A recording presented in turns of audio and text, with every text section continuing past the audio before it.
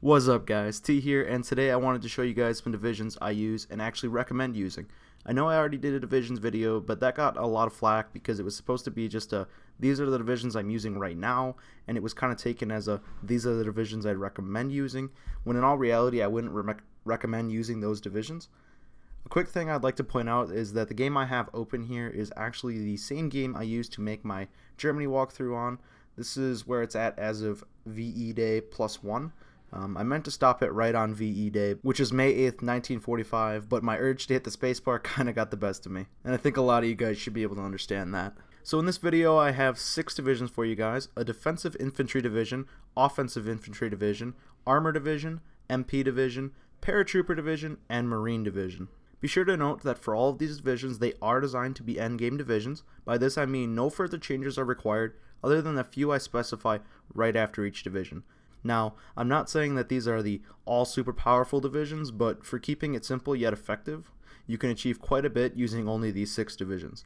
The first division we'll take a look at is the defensive infantry division. So, as the name suggests, I use this division primarily for defending and controlling my front lines, and to do this I use 6 motorized infantry for their defense, 3 light tank destroyers for their piercing value, and 2 anti-air for combating any kind of close air support, because a lot of times what I'll choose to do is just use this air support in my infantry, anti-air, and not so much try to maintain air superiority over my entire front line.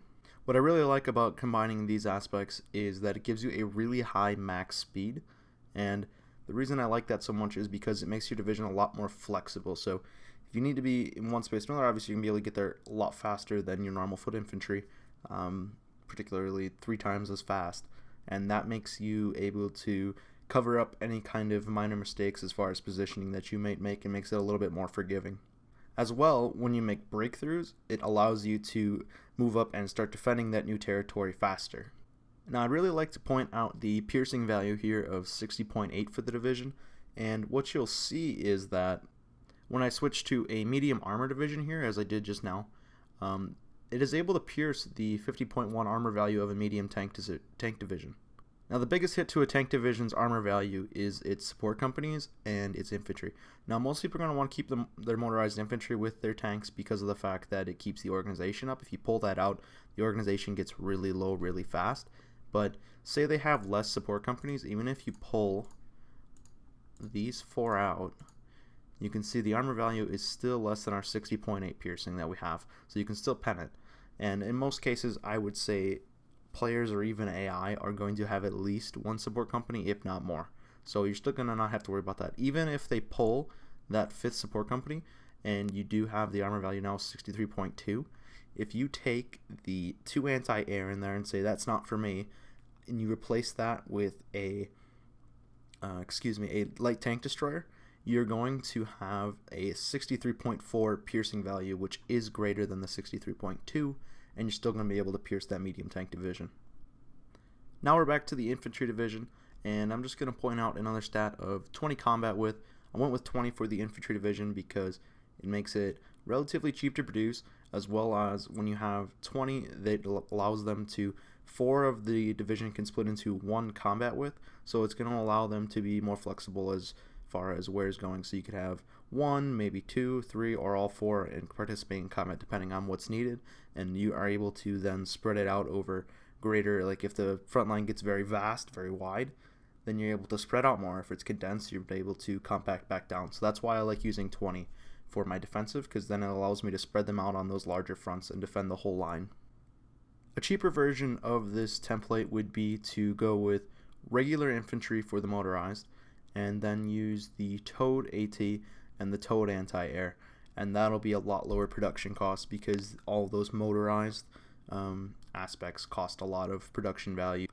The only future upgrade I make to this is if eventually you get to the modern tanks, I would use the modern tank destroyers and then the modern anti-air, and then use the tier 3 half tracks in exchange for these motorized infantry.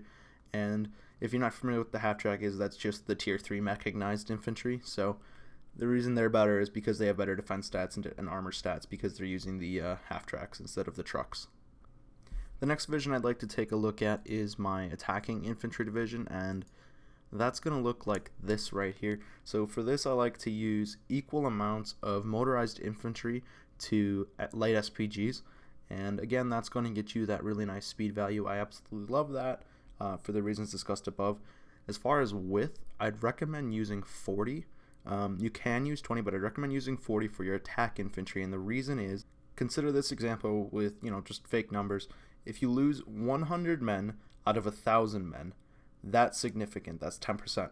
If you lose 100 men out of 10,000 men, it's not significant. It's 1%.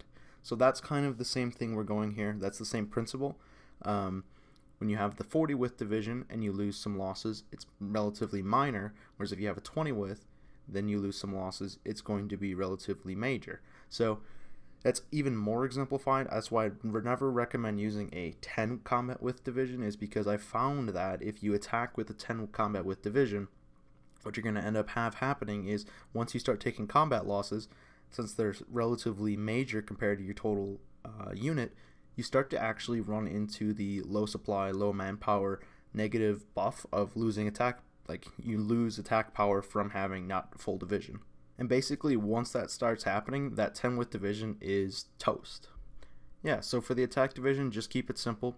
Either 4x4 or 8x8 motorized infantry, and then light SPG. The upgrades I would make in the future for this is going to the modern SPG, and then the mechanized infantry, as I discussed with the prior. And then the downgraded version, the cheaper version I should say, would be using regular infantry with regular artillery, towed artillery. The next division we're going to look at is the Panzer division, or the tank division if you prefer. And what I do for this is 7 heavy tanks, 3 motorized infantry. The motorized infantry are there for, as I mentioned earlier, for the organization buff that they give, so you can keep your organization up with your vehicles. You don't want to add too many, because if you do that, then you start to lose your hardness, so you start to take more damage from soft attacks.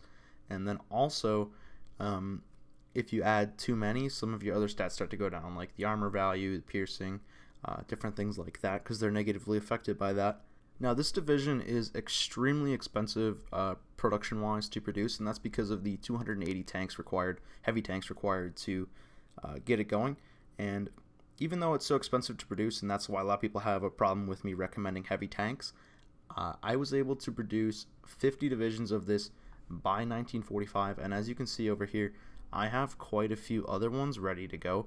And granted, these are using my Type B variant of it instead of my Type C, which is my latest variant, but I decided, heck with it, let's get them in the field. They're still heavy tanks, they're still going to do some good.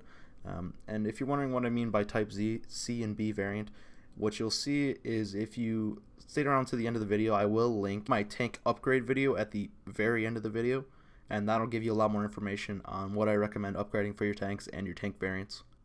And the reason I do heavy tanks is because the way I play, I already have the light tank destroyers, the artillery pieces, kind of compromising everything else and kind of managing everything else. As you saw, it deals with medium tanks. And now what I want is just one trump tank division that's just going to be able to deal with anything that I needed to deal with, or at least contest anything I needed to contest with, and that's what heavy tanks do. That's what they were designed to do, just to be the brute force, and that's why I like using heavy tanks in my tank division.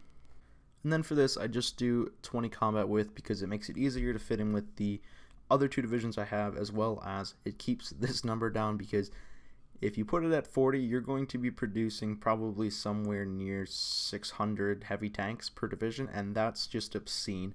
So keep that down at 20. Don't go any higher, otherwise you're going to be waiting forever for your divisions to produce. Now, the next division I'd like to show you guys is a relatively simple one, especially compared to what we've been looking at, and that's just my MP division. And all you gotta do for this is just keep it simple. 4 infantry. I like to use military police and engineer company, and this one's not so necessary. It's support artillery, and I'll get into that in a second.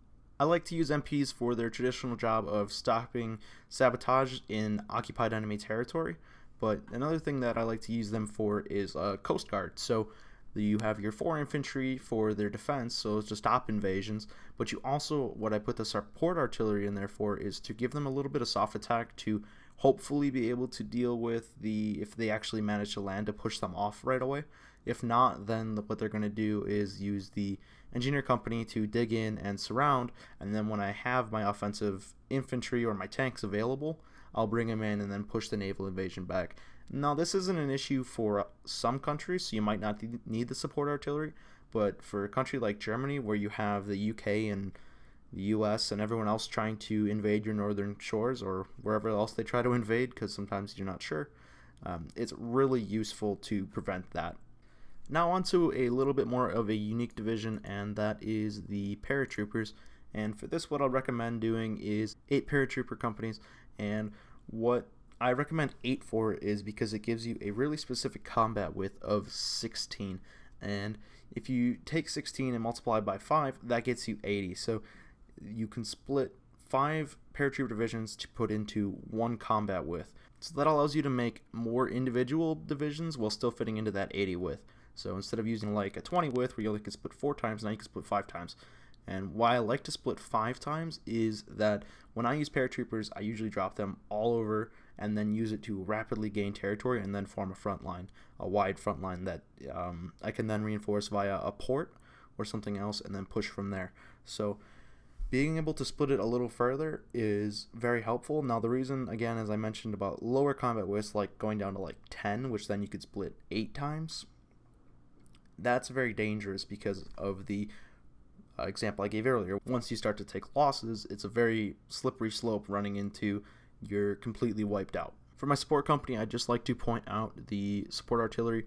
Now, this is pretty important for soft attack as far as if you have to actually do any attacking to form your front line and get where you need to be, because it's the only form of combat bonus for soft attacks that you can actually paradrop in.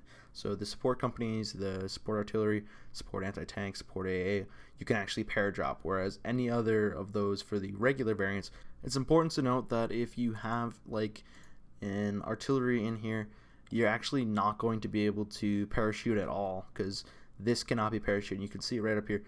This division cannot be parachuted. So that's important to note, and that's why you got to use this company, support company, versus having it over here. Now the final division I have to share with you guys is the Marines. Now in this playthrough as Germany, I have not yet had a use for the Marines, and thus saving the research days, have not researched them, so we're going to have to pretend, and bear with me, that these are actually Marines.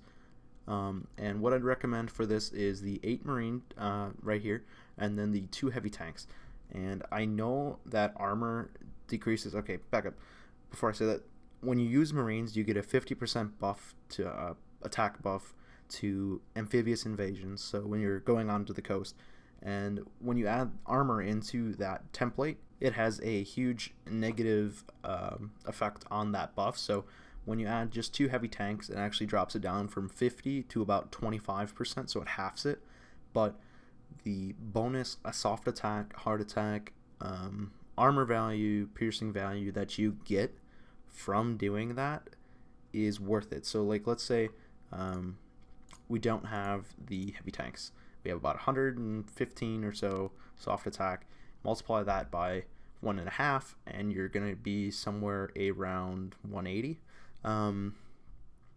And so if you add in your heavy tanks right here, what you end up being around is 216. If you multiply that by 1.25, you're going to end up with about 260.